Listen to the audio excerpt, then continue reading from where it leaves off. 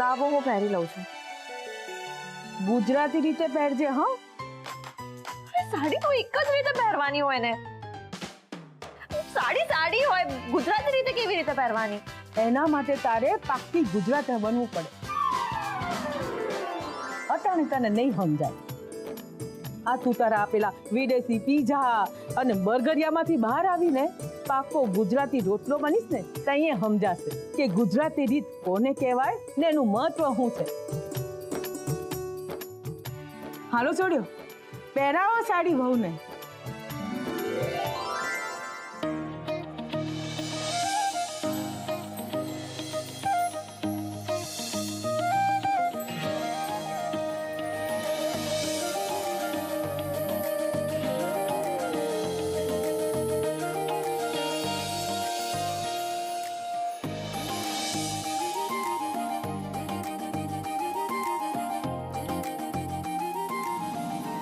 હાલો છોડ્યો, વહુને તો તૈયાર કરી દીધી, પણ હવે આપણે પણ તૈયાર થવાનું છે ને. હાલો હાલો ચાલ.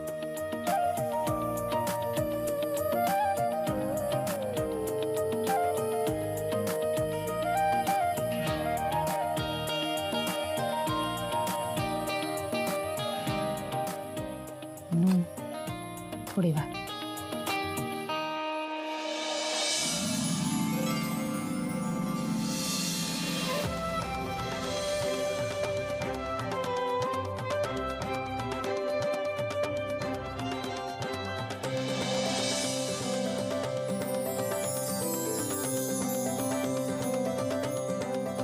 જીવતો રે મારો છોકરો.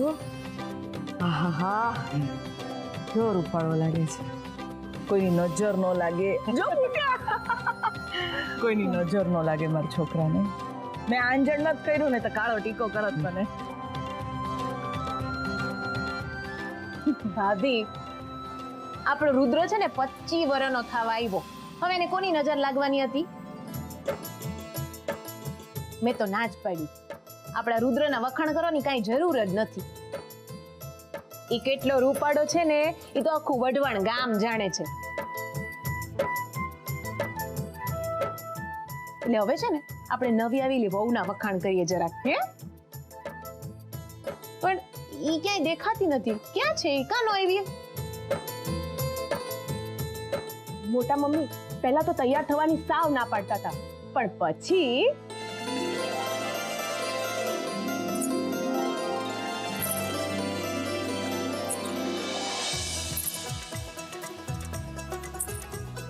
આવી. ઓહો,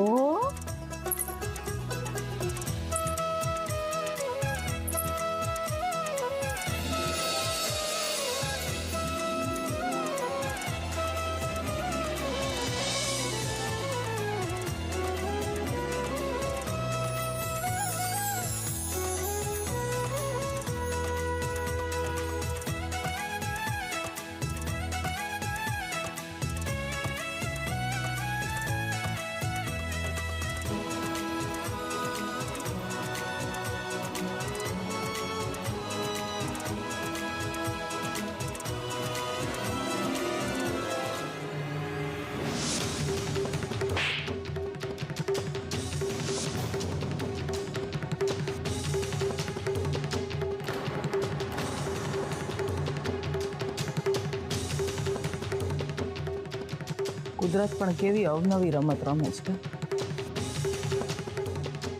ક્યારેક આ છોકરીને જોઉં તો એટલો બધો ગુસ્સો આવે છે મને એના પર, અને ક્યારેક એને જોઈને એટલો જ વાલ આવે છે.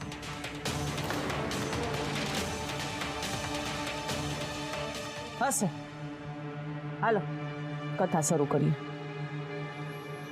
છોકરીઓ બેસાડો.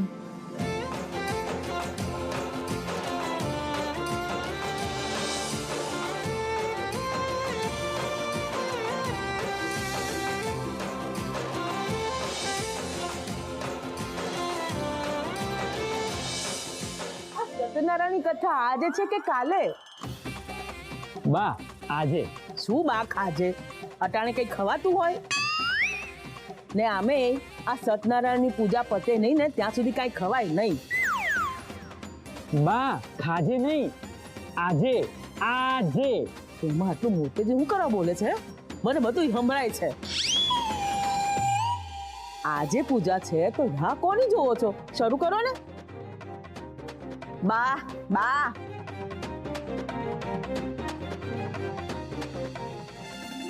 હા ભાઈ.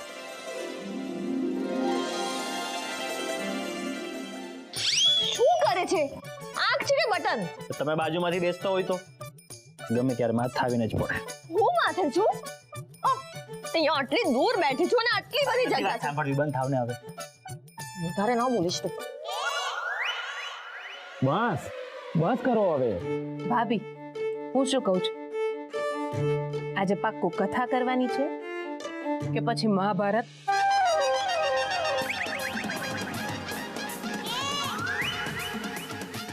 બાપુ કેમ? બાપુ કામથી બહાર ગયા છે. મહારાજ આપણે શરૂ કરીએ. સર્વપ્રથમ આપણે શ્રી ગણેશની પૂજા કરીશું. આપણે શરીરથી તો સ્વસ્થ થઈ જ ગયા છે, હવે મનથી પણ પવિત્ર થઈ ગયા છે. તો આપણે ભગવાનને ધ્યાન ધરી અને એમના મંત્ર વિધિથી આપણે મનથી ચોખ્ખા થઈશું.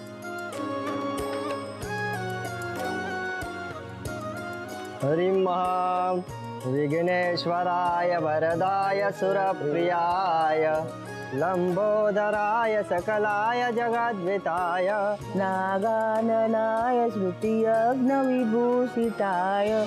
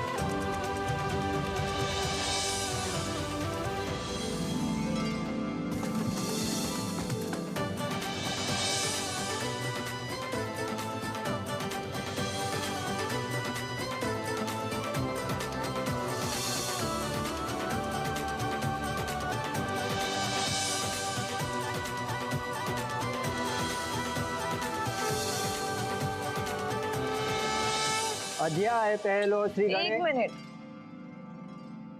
આ સાડી કેમ પહેરાવી છે?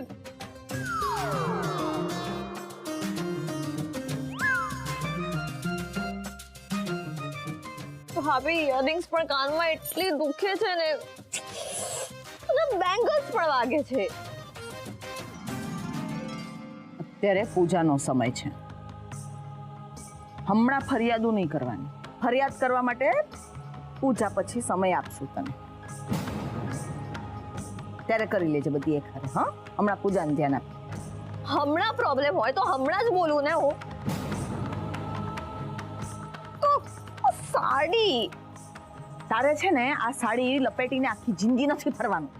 હમણાં 2 કલાક પૂરતી પૂજામાં પહેરવાની છે. બસ હવે બહુ કટકટ કરી. પૂજામાં ધ્યાન આપ નવી વહુ. મહારાજ શ્રી સત્યનારાયણની કથા અધ્યાય પહેલો.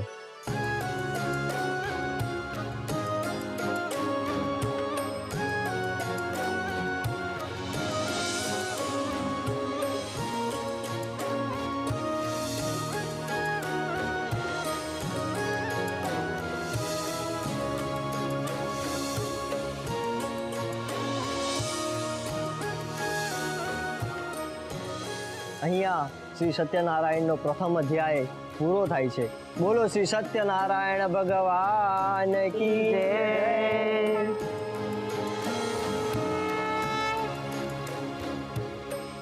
હવે સત્યનારાયણ ભગવાનનો કથાનો બીજો અધ્યાય.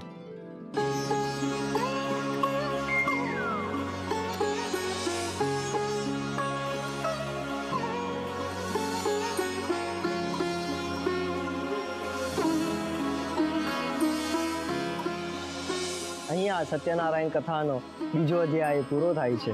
બોલો શ્રી સત્યનારાયણ ભગવાન કી જય. હવે સત્યનારાયણ ભગવાનનો હું ત્રીજો અધ્યાયની શરૂઆત કરી રહ્યો છું.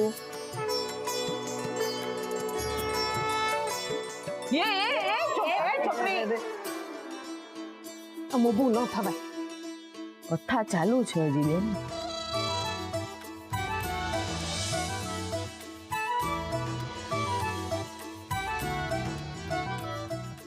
આ કથાના 5 અધ્યાય છે અને હજી તો ત્રીજો જ પત્યો છે. એ પગમાં ખાલી ચડી ગયા ને મહારાજ, એટલે બીજું કંઈ. હા, શ્રી સત્યનારાયણ કથાનો 4થો અધ્યાય. એક મિનિટ. અનુશ્રી, શું છે? આવી રીતે પૂજા ન અટકાવાય, વિઘ્ન આવે. અરે મારા મનમાં એક સવાલ આવે છે. આ સારું કરવા માટે આપણે પૂજા કરીએ છીએ ને, તો મારા માટે શું સારું કરશો તમે લોકો? એટલે આ તમારા માટે નહીં, પણ આ રુદ્ર માટે પૂછું છું. શું કરશે સારું મારા માટે?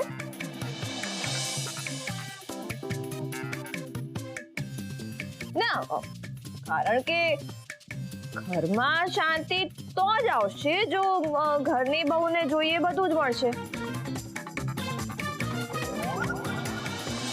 જુઓ, મેં તમને આની પહેલા પણ કહ્યું હતું ને, અત્યારે પણ કહું છું, મારાથી થતું બધું કરીશ. અનુશ્રી, હવે વધારાના કોઈ પણ સવાલો ના પૂછતી. મહારાજ, માફ કરજો, આપણે કથા આગળ વધારી.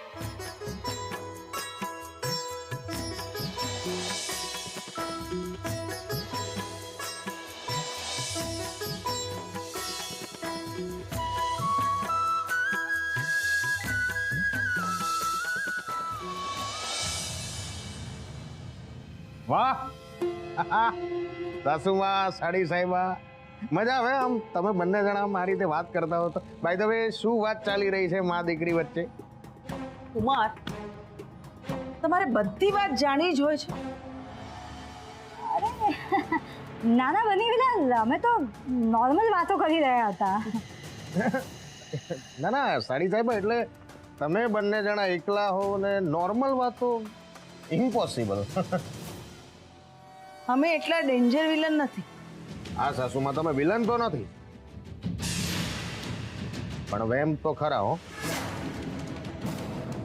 એટલે આ તો સોરી, મજાક બે ઘડી ગમત મજાક. સોરી. સોરી શું કામ? હા, બરાબર પરખ છે. પોતીકા જ પારખી શકે, બાકી તો આપણા ને પારકા એ પારકા. ચલો બને વિલાલ, તમે ગેસ કરો કે અમે લોકો શું વાતો કરી રહ્યા હતા.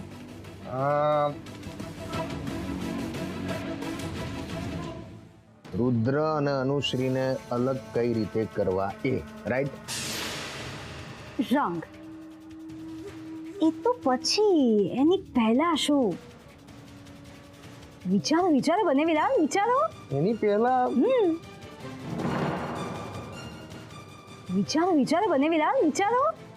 પહેલા શું સાડી સાહેબા, શું? બને વિલાલ, એન્ટરટેનમેન્ટ ત્યારે જ મળે જ્યારે અનુરાધા મામી સાથે આપણે બધા વઢવાણ જઈએ. ત્યાં મામી અને રુદ્રની આખી ફેમિલી હશે,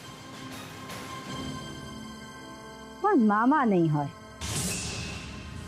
એટલે મામીને બધા સવાલો પૂછશે અને મામી પાસે કોઈ જ જવાબ નહીં હોય.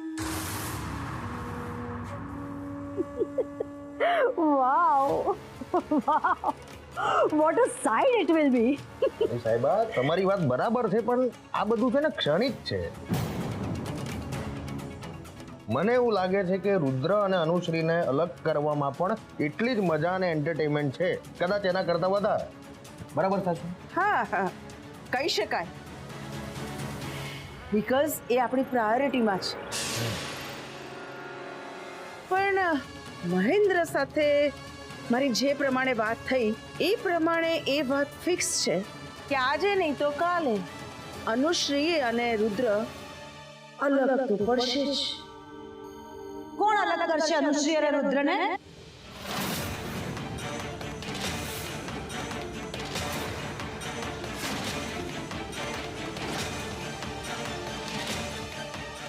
બોલો શ્રી સત્યનારાયણ દેવા કી જય. હવે આપણે શ્રી સત્યનારાયણ ભગવાનની આરતી કરીશું. તમે બધા જ ઊભા થઈ જાઓ.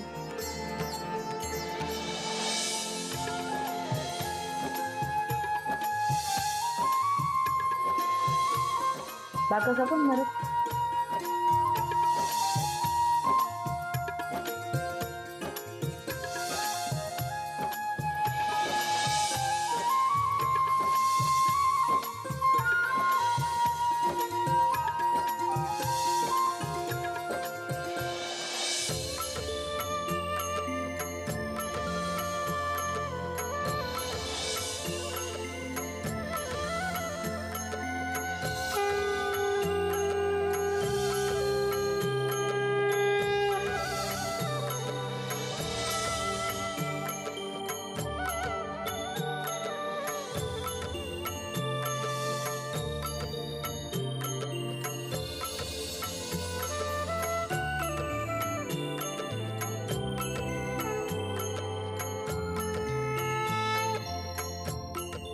બોલીએ શ્રી સત્યનારાયણ ભગવાન કી જય.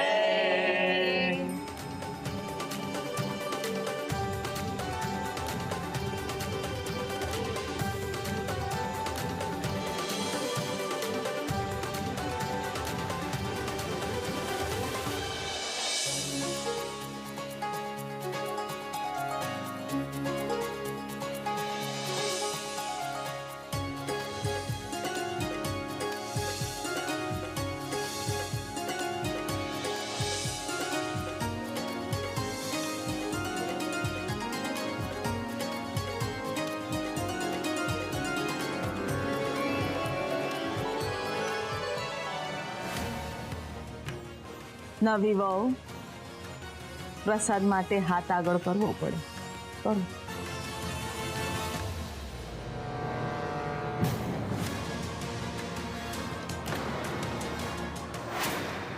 પ્રસાદ માટે હાથ આગળ કર. હું આ પ્રસાદ નહીં ખાઉં.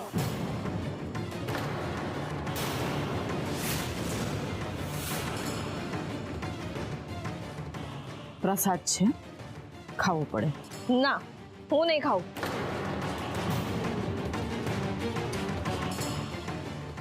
ડોન્ટ માઇન્ડ, પણ આ શીરામાં બહુ જ ઘી છે.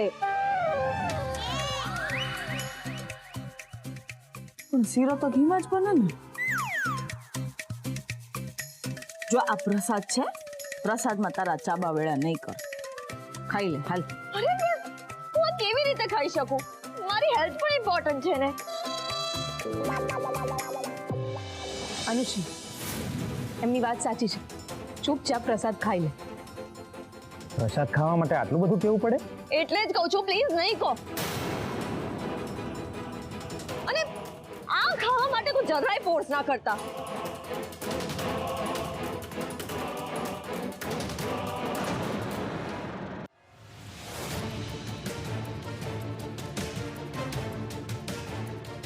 ભાભી આવી છે તે દિન એણે કોઈ વસ્તુ માટે હા પાડી છે ના, અને આજે તો હદ કરી નાખી. આ પ્રસાદ માટે ના પાડીને એણે ભગવાનનું પ્રસાદનું અપમાન કર્યું છે ને, એમ જ કહેવાય. આ નો હાલે.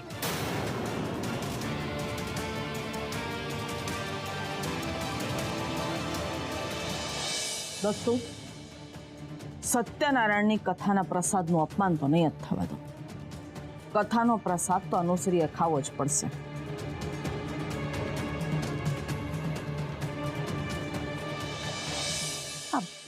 ભાભી પાસે દત્તુ નામનું ખરું બ્રહ્માસ્ત્ર છે. કાંઈક કામ કરવું હોય એટલે દત્તુ, વાણીનો આદેશ થાય એટલે દત્તુ વિચાર્યા વગર તૈયાર. દત્તો, પ્રસાદ. વાડીનો આદેશ, રુદ્રનો શ્વાસ.